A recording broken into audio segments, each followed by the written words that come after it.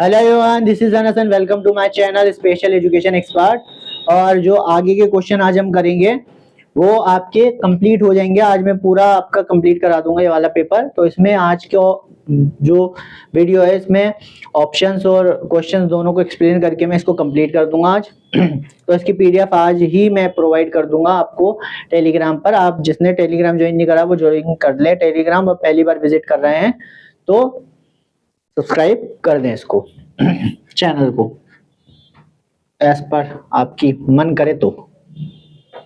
Okay, बाकी Telegram जरूर join करें अगर आपको पीडीएफ चाहिए तो, क्योंकि मैं उसी पे अवेलेबल कराता हूँ पीडीएफ सारी।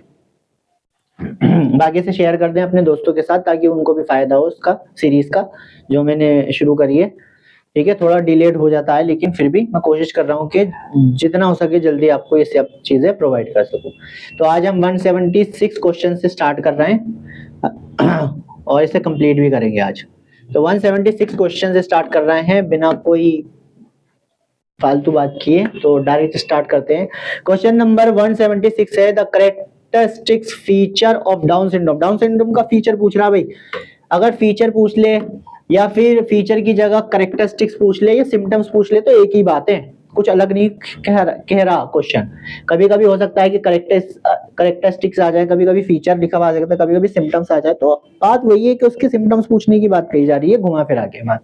ठीक है, तो पूछी जा रही है। तो पहला है नेक शॉर्ट एंड ब्रॉड। ठीक है, गर्दन छोटी और चौड़ी होती है। तो ये क्या डाउन सिंड्रोम बच्चे की कैसी होती है?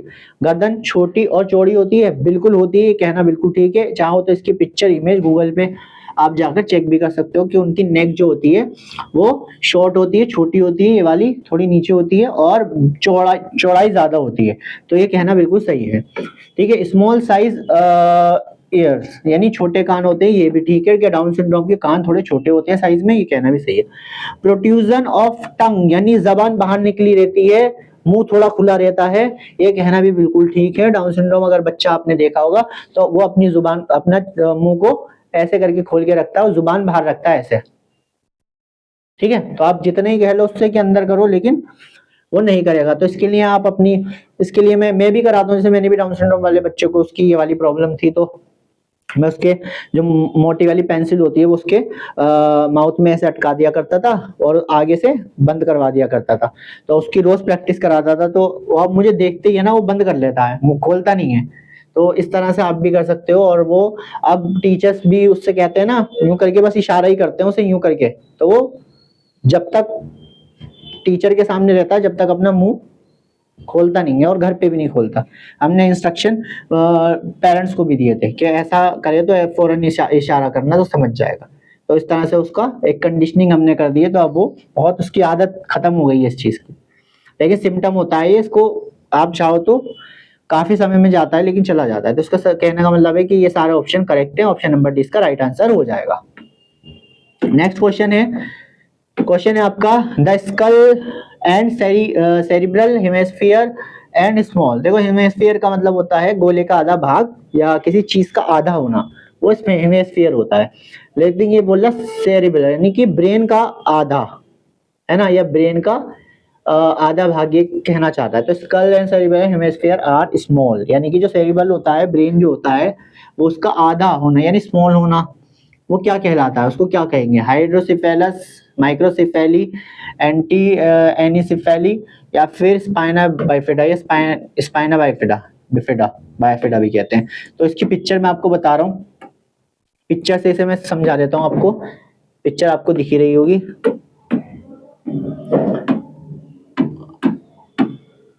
पिक्चर आपको दिख रही होगी। तो ये वाली जो पिक्चर है आपकी, ये वाली पिक्चर, ये जो दिख रही है ये आपकी हाइड्रोसिफेली है। हाइड्रोसिफेली में सर जो होता है वो बहुत ज्यादा बड़ा होता है, इसे हाइड्रोसिफेली के नाम से जाना जाता है। ऐसा बच्चा आपने देखे होंगे, आजकल इंस्टाग्राम पे भी एक रील वायरल हुई जैकलीन फर्नांडिस की, तो उसमें हाइड्रोसिफेली वाली कंडीशन ही दिखाई जा रही थी। तो ये जो आपका जब सर जो होता है बड़ा होता है, जब सर जरूरत से ज्यादा बड़ा हो जाता है तो उसे हाइड्रोसिफेली कहते हैं। जब सर जरूरत से ज्यादा छोटा हो जाता है, जैसे यहाँ पर ये नॉर्मल कंडीशन है और ये छोटा है साइज, इतना कितना, इतना गैप है, इतना छोटा है साइज में, तो उसे कहते हैं हम माइक्रोसिफेली। क्या कहते हैं उसे? माइक्रोसिफेली के नाम से उसे जाना जाता है उस कंडीशन को। और जब ब्रेन ठीक से डेवलप ना हो, यानी कि ब्रेन, ठीक है, की ग्रोथ ठीक से ना हुई हो तब उसे कहते हैं हम, ठीक है, एनेंसेफेली कहते हैं। तो ये देखो ये नॉर्मल है, पूरा का पूरा हिस्सा डेवलप हो गया, और ये देखो ब्रेन का ये हिस्सा डेवलप हुआ ही नहीं, तो इसे कहते हैं हम आधा अधूरा ही ब्रेन डेवलप होता है, यानी ब्रेन का ये वाला हिस्सा आधा अधूरा, मतलब अजीब सा ही वो इंसान लगता है, तो उसे कहते हैं हम एनेंसेफेली। तो ये आपको दिख रहा होगा। तो ये तीनों कंडीशंस मैंने आपको बता दी। अब क्वेश्चन पे आते हैं, क्वेश्चन से आप बेहतर समझ पाएंगे। क्वेश्चन है आपका हाइड्रोसेफेली। हाइड्रोसेफेलिस क्या है? बड़ा होना, साइज, ठीक है। माइक्रोसेफेली जो स्कल है आपका, सर का छोटा होना, ठीक है। एनेसेफेली जब सर की जो ग्रोथ है यानी ब्रेन की या इस हिस्से की ग्रोथ जो है वो ठीक से ना हुई हो पाई, वो एनेसेफेली। स्पाइना बिफिडा ये रीढ़ में यानी कि बैकबोन से रिलेटेड कंडीशन होती है, जिसमें आपका जो नीचे का हिस्सा होता है, जिसे आप नाम याद नहीं आ रहा है मुझे, लेम्बोसेक्रल एरिया, जो नीचे का हिस्सा हो जाता होता है लेम्बोसेक्रल एरिया, उसमें दिक्कत होती है, कुछ इस तरह से होती है ना, स्पाइनल कोड कुछ इस तरह से होती है, इस तरह से रिब्स होते हैं बने हुए, है ना, रिब्स होते हैं। तो ये रिब्स में नीचे की तरफ दिक्कत होती है इनको, स्पाइना बाइफिडा। यहाँ पर एक कह सकते हो कि रिब्स भी गायब हो जाती हैं और जो प्रोट्रूजन होती है वो निकल आता है, तो इस तरह से होता है। इसकी कंडीशंस की पिक्चर लगाना मैं भूल गया, वरना मैं दिखा के समझाता ज्यादा बेहतर रहता, ठीक है। लेकिन अभी फिलहाल आप हाइड्रोसेफेली और इन चीजों को समझ लो। स्पाइना बिफिडा की पिक्चर देख लेना कि आपकी कमर होती है ना, कमर के नीचे कूल्हे के थोड़ी ऊपर से एक दाना टाइप निकल कर आता है, बड़े से एक ग्रोथ होती है, स्किन की ग्रोथ निकल कर आती है, वो आपके स्पाइना बिफिडा की होती है, ठीक है। तो ये हो गया। तो पूछ क्या रहा है? स्मॉल साइज, इस छोटा होना। तो छोटा होना किसमें काउंट करेंगे हम इसे? माइक्रोसेफेली में, या माइक्रोसेफेलस भी बोलते हैं इसको, तो इसको याद रखना। बड़ा पूछेगा तो हाइड्रोसेफेलस हो जाएगा। ये तीन कंडीशन आप याद रखना। आगे चलते हैं हम नेक्स्ट पे, द इंडिविजुअलाइज एजुकेशन प्रोग्राम। भाई आईईपी पूछ रहा है, भाई IEP must be based on solely on, किस चीज पे? आईईपी केवल आधारित होनी चाहिए, किस पे आधारित होनी चाहिए? स्टूडेंट्स की नीड्स के अकॉर्डिंग होनी चाहिए, pre existing program, services available in the district, recommendation of the general educators, ठीक है। तो मुझे सबको पता है कि आईईपी किसके अकॉर्डिंग होनी चाहिए, वो है आपका स्टूडेंट्स की नीड्स के अकॉर्डिंग बनाई जाती है आईईपी, ना कि प्री एग्जिस्टिंग प्रोग्राम्स होता है, यानी कि कोई लेसन प्लान वगैरह नहीं होता है। ये service available in the district, district में सर्विस अवेलेबल, डिस्ट्रिक्ट में क्या है तो हर जगह है, तो ये तो नहीं होगा। Recommendation for the general educators ऐसा नहीं है। तो कहने का मतलब है कि इसका राइट आंसर हो जाएगा ऑप्शन नंबर ए। बहुत इजी क्वेश्चन था ये। नेक्स्ट क्वेश्चन है रमसा की फुल फॉर्म। भाई फुल फॉर्म्स पूछी जा सकती हैं, अभी केवीएस के एग्जाम्स में भी पूछी जाएंगे, साथ साथ आपकी जो डीएसएसबी का एग्जाम इस महीने होने जा रहा है उसमें भी ये कुछ ना कुछ फुल फॉर्म्स जरूर आएंगी, तो फुल फॉर्म्स अच्छे से देख कर जाना, है ना। फुल फॉर्म्स पे थोड़ा सा ध्यान दे लेना ताकि वो आपका उससे 1 मार्क्स आपका कहीं ना जाए, ठीक है। तो रमसा की फुल फॉर्म है राष्ट्रीय, ठीक है, राष्ट्रीय माध्यमिक शिक्षा अभियान, इसकी फुल फॉर्म है। कहाँ है लिखा हुआ देख लो। तो राष्ट्रीय महिला लिखा है, गलत हो गया, महिला नहीं होना चाहिए। राष्ट्रीय माध्यमिक शिक्षा अभियान ये कह रहा है सही, बाकी ऑप्शन देख लेते हैं। महिला ये भी गलत है, माध्यमिक और साक्षरता ये भी गलत है, तो ऑप्शन नंबर इसका बी राइट आंसर हो जाएगा। ये फुल फॉर्म इसकी याद रखना रमसा की। क्वेश्चन नंबर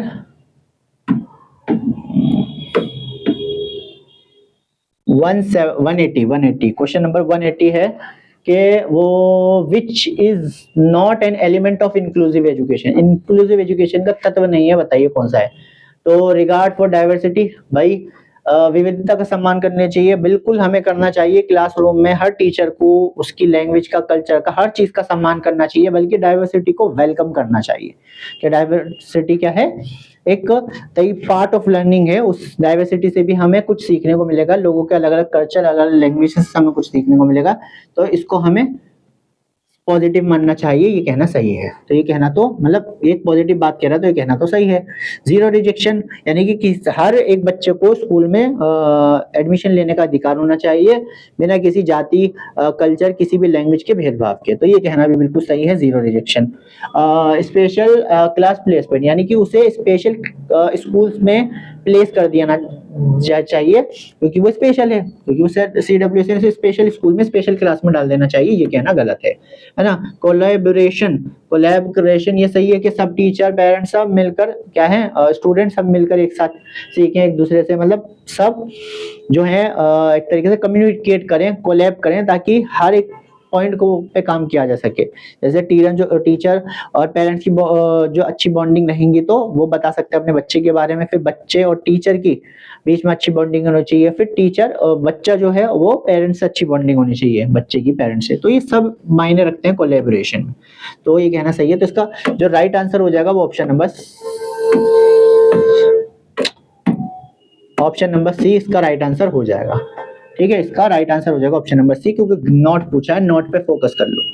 ठीक है, अगला चलते हैं 181 पे। क्वेश्चन नंबर 181 है, क्वेश्चन क्या कह रहा है, प्रोपोनेंट ऑफ आइडियलिज्म। आइडियलिज्म आदर्शवाद का बता, आदर्शवाद से कौन ताल्लुक रखता है, तो वो रखते हैं प्लेटो, आदर्शवाद से ताल्लुक रखते हैं प्लेटो, तो ये आपको याद रखना है। तो भाई ये चीजें जरूर पढ़कर जाना, आइडियलिज्म आपकी नेचुरलिज्म, आइडियलिज्म नेचुरलिज्म ये सब चीजें आप पढ़ के जाइएगा, ताकि आपको दिक्कत ना, इससे आपकी जरूर आएंगे क्वेश्चन, जरूर आएगा, कुछ ना कुछ अटकेगा क्वेश्चन।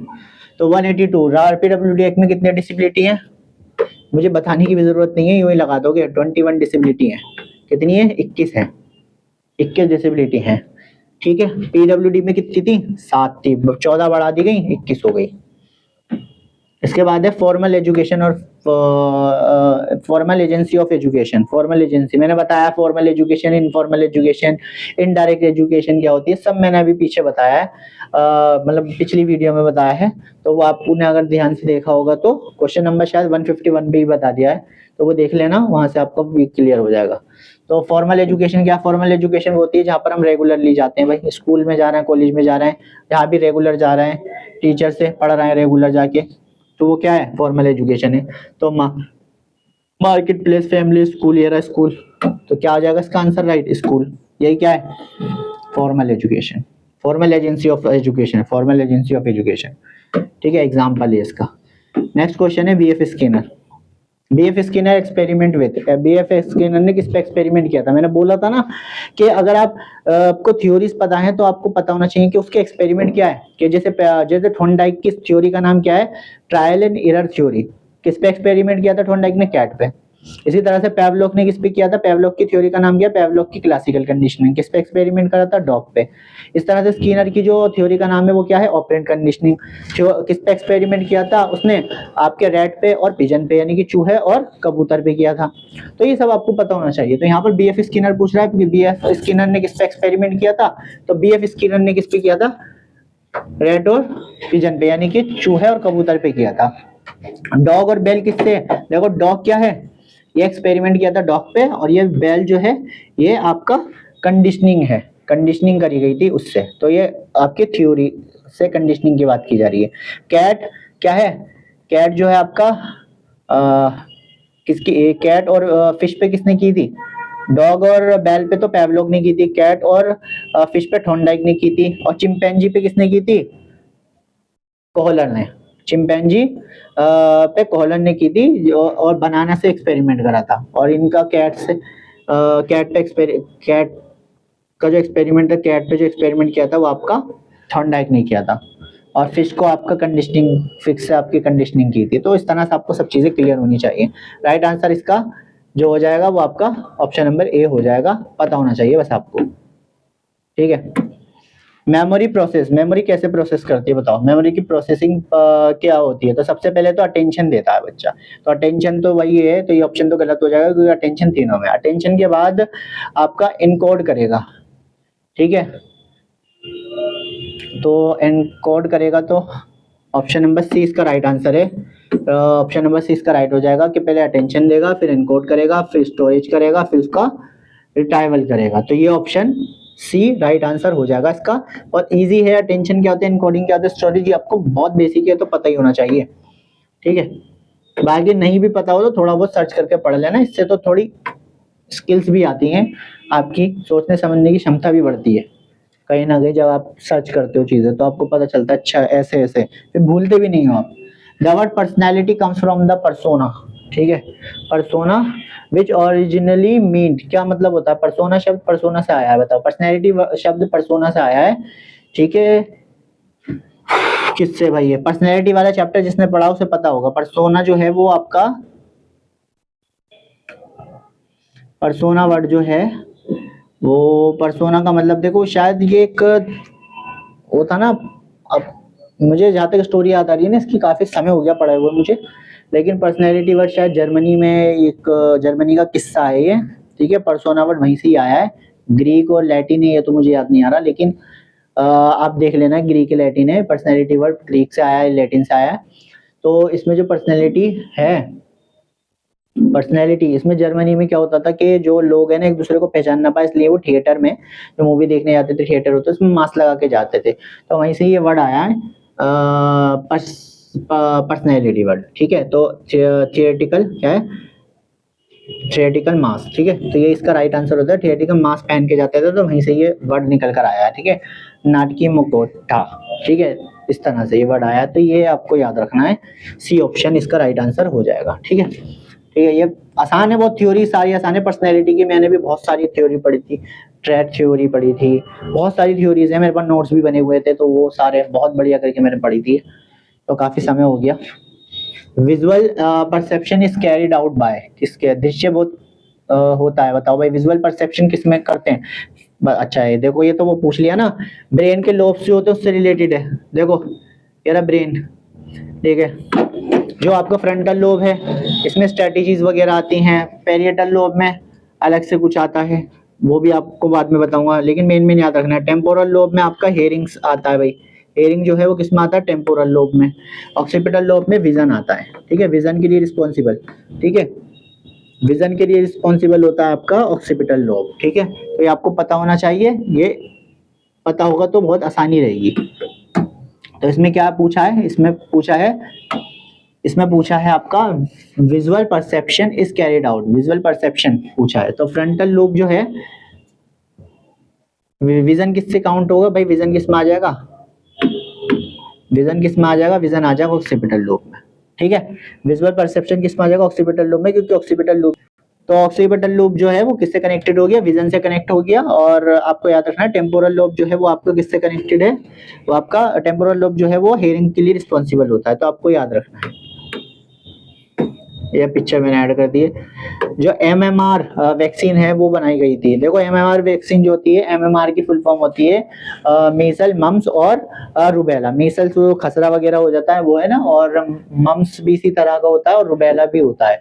तो इससे कॉज है ये एक तरह का, ठीक है, आपको याद रखना है। मीजल, मम्स और एक तरह की MMR जो है एक तरह की वैक्सीन है जो बच्चे को दी जाती है, जिससे कि इन मीजल से, मम्स से और रुबेला से वैक्सीनेटेड रहता है इंसान। जो बच्चा है वो वैक्सीनेटेड रहता है, इसलिए उसको वैक्सीन दी जाती है, टीका लगाया जाता है। तो MMR वैक्सीन दी जाती है कब दी जाती है? तो ये दी जाती है 15 से 18 मंथ में, यानी कि 1.5 साल की उम्र में दी जाती है। ये आपको याद रखना है, 1.5 साल की उम्र में ये दी जाती है MMR वैक्सीन। एथाटॉइड आपको बताओ भाई, ये आसान है। एथाटॉइड जिसे डिस्काइनेटिक सर्विल पाल्सी भी बोलते हैं, एथाटॉइड जिसे डिस्काइनेटिक सर्विल पाल्सी भी बोलते हैं, ये किससे रिलेटेड है? डिफिकल्टी इन बैलेंस, भाई बैलेंस में दिक्कत होगी तो कौन सा सर्विल पाल्सी का टाइप्स होगा? आप बताओ, बैलेंस में दिक्कत होगी तो कौन सा टाइप होगा सर्विल पाल्सी का? एटैक्सिया होगा, एटैक्सिया होगा, एटैक्सिया। बैलेंस में, कोऑर्डिनेशन में, मूवमेंट कोऑर्डिनेशन में दिक्कत होती है। मसल में स्टिफनेस आएगी तो कौन सा टाइप होगा? स्पास्टिक होगा। कौन सा होगा? स्पास्टिक, स्पास्टिक सर्विल पाल्सी होगा। लो मसल टोन, लो मसल टोन को हम कहते हैं आपका, ये सीपी बच्चे में होता है ना। लो मसल टोन की दिक्कत सीपी बच्चों में होती है। लो मसल टोन को हाइपोटोनिया भी बोलते हैं, हाइपोटोनिया, हाइपोटोनिया बोलते हैं। और इनवॉलंटरी मूवमेंट होती है, तो इसका आंसर क्या हो जाएगा? Involuntary movement. तो सिंपल सा हम कहेंगे इसका आंसर हो जाएगा option number D, involuntary movement होती है एटाटॉइड में। तो सिंपल है इसका आंसर, एटाटॉइड में इनवॉलंटरी मूवमेंट होती है, जो कि मैं पहले एक्सप्लेन कर चुका हूं। आंसर इसका ये हो जाएगा। अब आता है आपका डिस्ग्राफिया। डिस्ग्राफिया क्या है? Difficulty with numbers, difficulty with writing, difficulty with words, difficulty in activities. तो किस में होती है दिक्कत? दिक्कत किस में होती है? डिस्ग्राफिया, डिस्ग्राफिया में दिक्कत होती है लिखने में, यानी कि राइटिंग में दिक्कत होती है डिस्ग्राफिया में। तो राइट आंसर हो जाएगा ऑप्शन नंबर बी। बहुत इजी क्वेश्चंस आ रहे हैं अब तो, इजी क्वेश्चंस तो आप सभी कर दोगे। तो 191 है, Republican constitution of India act come into effect कब आया था भाई? सिंपल है, कब आया था? ऑप्शन नंबर सी 1992, सबको पता है। तो ये ऑप्शन भी मुझे ज्यादा एक्सप्लेन करने की जरूरत नहीं पड़ेगी।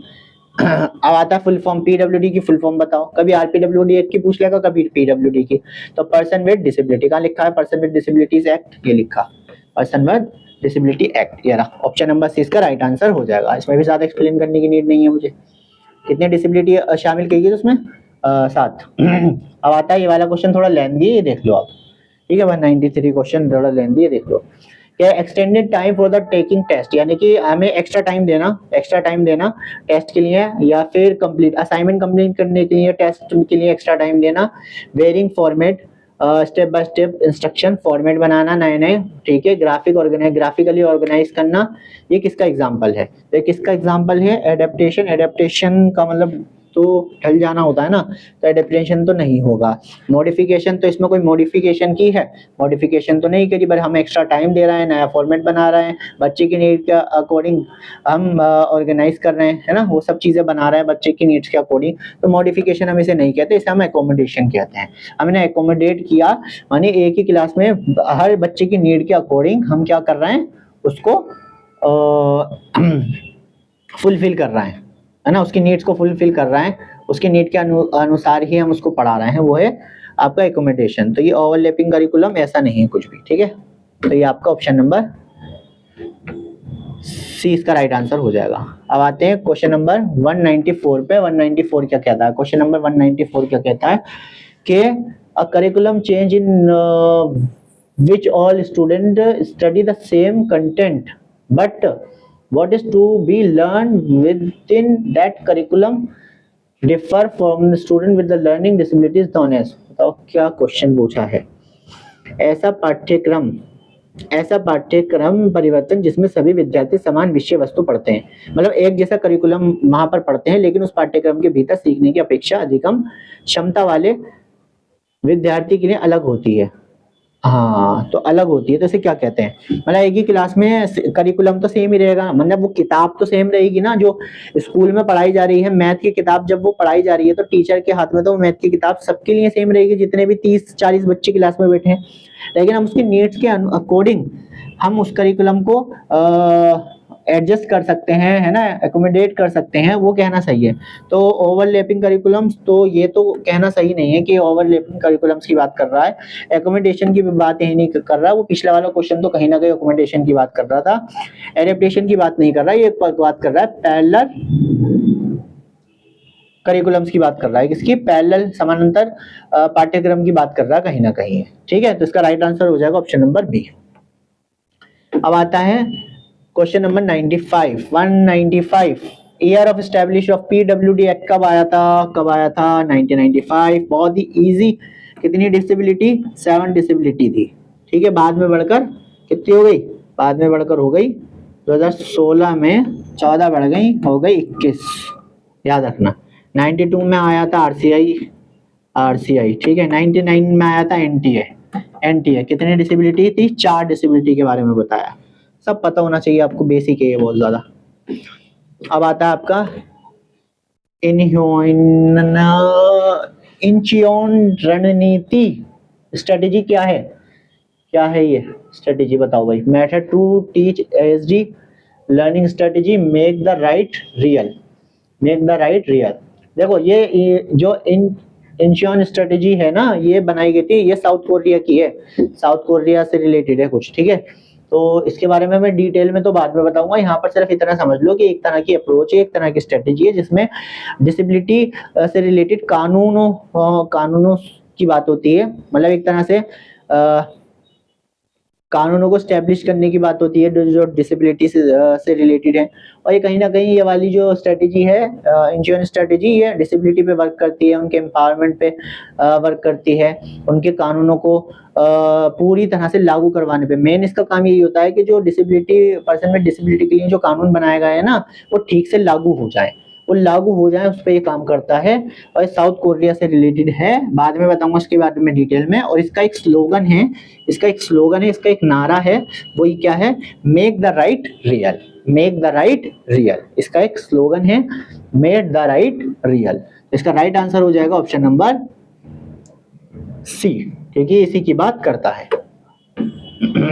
अब आता है एम ऑफ एजुकेशन, कि एम, एजुकेशन का एम क्या है, इंक्रीजिंग प्रोडक्टिविटी, इंक्रीजिंग मतलब प्रोडक्टिविटी को बढ़ाना, इंक्रीज करना कहना सही है। Achieving social and national integration, सामाजिक एवं राष्ट्रीय एकीकरण प्राप्त करना, ये भी सही है। एक्सेलरेटिंग द प्रोसेस ऑफ मॉडर्नलाइजेशन, आधुनिकरण की प्रक्रिया को तीव्र करना, ये भी सही है। तो ऑप्शन नंबर इसका डी राइट आंसर हो जाएगा। पढ़ के समझ में आता होगा प्रोडक्टिविटी क्या है, नेशनल इंटीग्रेशन आपको पता ही है, ठीक है, बेसिक है सारी चीजें, तो ये बताने की जरूरत नहीं है। The best definition of education psychology is a study of teaching and learning has been given by, बताओ टीचिंग लर्निंग के अध्ययन के रूप में शैक्षणिक मतलब जो एजुकेशन साइकोलॉजी है ना, एजुकेशन साइकोलॉजी, ठीक है, वो किस चीज, वो स्टडी ऑफ एजुकेशन साइकोलॉजी जो है वो सीखने सिखाने की प्रक्रिया है, ठीक है, प्रक्रिया, सीखने सिखाने की प्रक्रिया है एजुकेशन साइकोलॉजी। तो इस बात को ये किसने कहा था, या ये किसने दिया था, इसने दी थी भाई, बताओ भाई, कौल सैनिक ने दी थी, कौल सैनिक ने दी थी, नहीं भाई, कौल सैनिक तो डेवलपमेंट से रिलेटेड है, ये डेवलपमेंट से रिलेटेड है कौल सैनिक, ठीक है, इन्होंने डेवलपमेंट की 8 स्टेजेस दी थी, उससे रिलेटेड है, डेवलपमेंट की 8 स्टेजेस दी थी इन्होंने। जेम्स लॉस ये भी नहीं है, हो सकते ये भी नहीं है, चार्ल्स स्किनर, और ये भी नहीं है, तो ये होगा option number C, Charles Skinner ने ये कहा था कि जो एजुकेशन साइकोलॉजी है वो किसकी स्टडी है, सीखने सिखाने की प्रक्रिया है। ये किसने कहा था, इन्होंने कहा था, या इन्होंने दिया था। इसके बाद आते हैं 199, विच ऑफ द फॉलोइंग है ना, तो which one of the theories of intelligence advocated the presence of general intelligence GN specific factor S, यानी कि G फैक्टर और S फैक्टर की बात कौन करता है। देखो 1 फैक्टर थ्योरी अल्फ्रेड बिनेट ने दी थी, 2 फैक्टर थ्योरी जो थी वो आपकी चार्ल्स स्पेयरमैन ने दी थी, 3 फैक्टर थ्योरी जो थी वो आपकी दी थी स्टर्नबर्ग ने ट्रायआर्की थ्योरी यानी 3 फैक्टर थ्योरी दी थी। इसके बाद आपकी लुइस थर्स्टन ने दी थी 7 फैक्टर थ्योरी, है ना, उसके बाद पीएमए थ्योरी भी कहते हैं उसे शायद, और इसके बाद दी थी होवर्ड गार्डनर ने अपनी मल्टीपल इंटेलिजेंसी की थ्योरी, है ना, ये थ्योरीज है इंटेलिजेंसी को, अगर आपने अच्छे से पढ़ा होगा। तो बताओ जी फैक्टर और एस फैक्टर, जी फैक्टर और एस फैक्टर की बात कौन करता है, ये करता है चार्ल्स स्पेयरमैन। तो स्पेयरमैन ने कितने फैक्टर बताए थे इंटेलिजेंसी के, 2 फैक्टर बताए थे। एक जनरल इंटेलिजेंसी के, भाई जनरल इंटेलिजेंसी को उन्होंने बताया कि भाई गाना कोई भी गा सकता है, जनरल है, ये जनरल इंटेलिजेंसी सब में होती है, यानी कि गाना कोई भी गा सकता है, मैं गा सकता हूँ, आप गा सकते हैं, ये गाना कोई भी गा सकता है, ये जनरल इंटेलिजेंसी सब में होती है।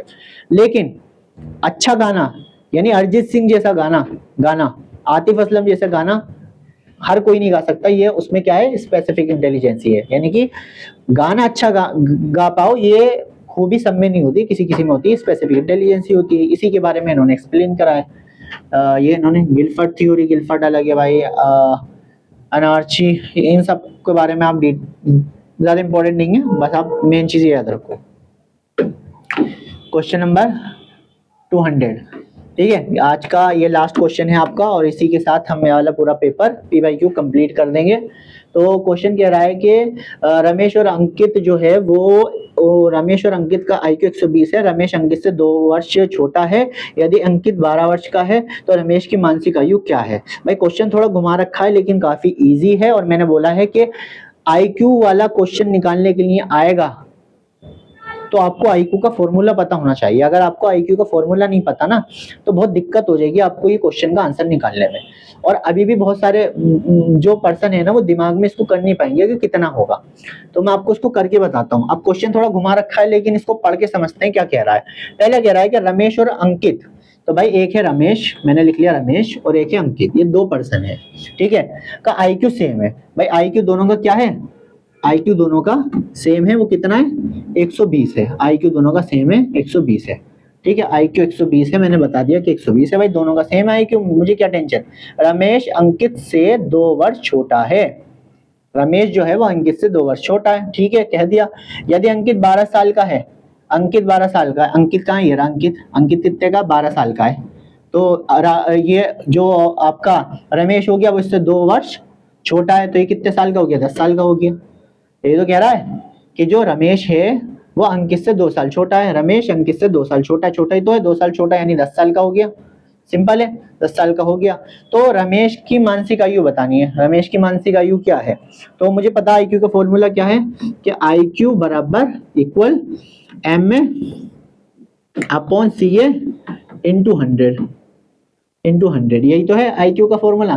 तो मैंने देखा मुझे निकालनी किसकी है, रमेश की निकालनी है, तो रमेश कितने साल का 10 साल का, मुझे पता है दोनों का IQ कितना है, सेम है, 120 IQ रख दिया, क्योंकि IQ सेम बोला है इस क्वेश्चन में, तो इसलिए मैंने 120 रख दिया। इक्वल MA मुझे निकालना है, तो MA की जगह रहने दूंगा। CA मुझे पता है रमेश की निकालनी है, तो रमेश 10 साल का है, 10 साल लिख दो, 10 साल मल्टीप्लाई 100 यानी कि 100 से मल्टीप्लाई कर दो। तो मैंने देखा कैसे सॉल्व कैसे करेंगे, आपको पता है इतनी बेसिक मैथ तो आप सबको ही आती है कि मैं इस 10 को यहाँ मल्टीप्लाई करूंगा तो ये बन जाएगा 1200 बराबर MA इंटू 100। तो मैंने 100 से 2 जीरो काटे, क्या बचा मेरे पास 12, तो आंसर क्या आ गया 12। तो 12 साल कहाँ है, ऑप्शन में है क्या 12, ये रहा ऑप्शन 12, यही आपका राइट आंसर है, ऑप्शन नंबर C। तो इस तरह से आप IQ निकाल सकते हैं। क्वेश्चन थोड़ा कितना भी घुमाए, लेकिन आपको समझ अच्छी होनी चाहिए, आप क्वेश्चन को पढ़ के समझ सके। लगने में डिफिकल्ट हो सकता है, कुछ छोड़ भी दें इस क्वेश्चन को, जिसमें बहुत ही इजी तरीके से आंसर निकल रहा है। बस एक IQ का फॉर्मूला पता होना चाहिए बस, और थोड़ा आपके अंदर कॉमन सेंस होना चाहिए कि आपको ये पता होना चाहिए MA और CA क्या होता है, ये पता होना चाहिए बस। तो उम्मीद करता हूँ ये आपको पसंद आया होगा, और मिलते हैं भाई नेक्स्ट वीडियो में, और नेक्स्ट वीडियो में नेक्स्ट MCQs के साथ। और मैं उम्मीद करता हूँ कि आपको वीडियो बहुत पसंद आई होगी, आपको कॉन्सेप्ट आपके क्लियर हो रहे होंगे इसमें। तो इससे रिलेटेड PDF जो है, पूरी PDF मैं आपकी टेलीग्राम पे प्रोवाइड कर दूंगा, वहां से जाके आप एक्सेस कर सकते हैं। बाकी जो आपके 2025 वाले PYQ हैं वो भी मैं जल्दी स्टार्ट कर दूंगा, ठीक है। थोड़ा बहुत काम है मुझे, उससे निपट के मैं जल्द से जल्द वो शुरू कर दूंगा, और मैं आपके ये PYQ कंप्लीट करा दूंगा, ठीक है। तो ऑल द बेस्ट आपके एग्जाम के लिए, जो आपका TGT का होने वाला है 14 तारीख को। तो मिलते हैं नेक्स्ट वीडियो में, जब तक के लिए टेक केयर, गुड बाय।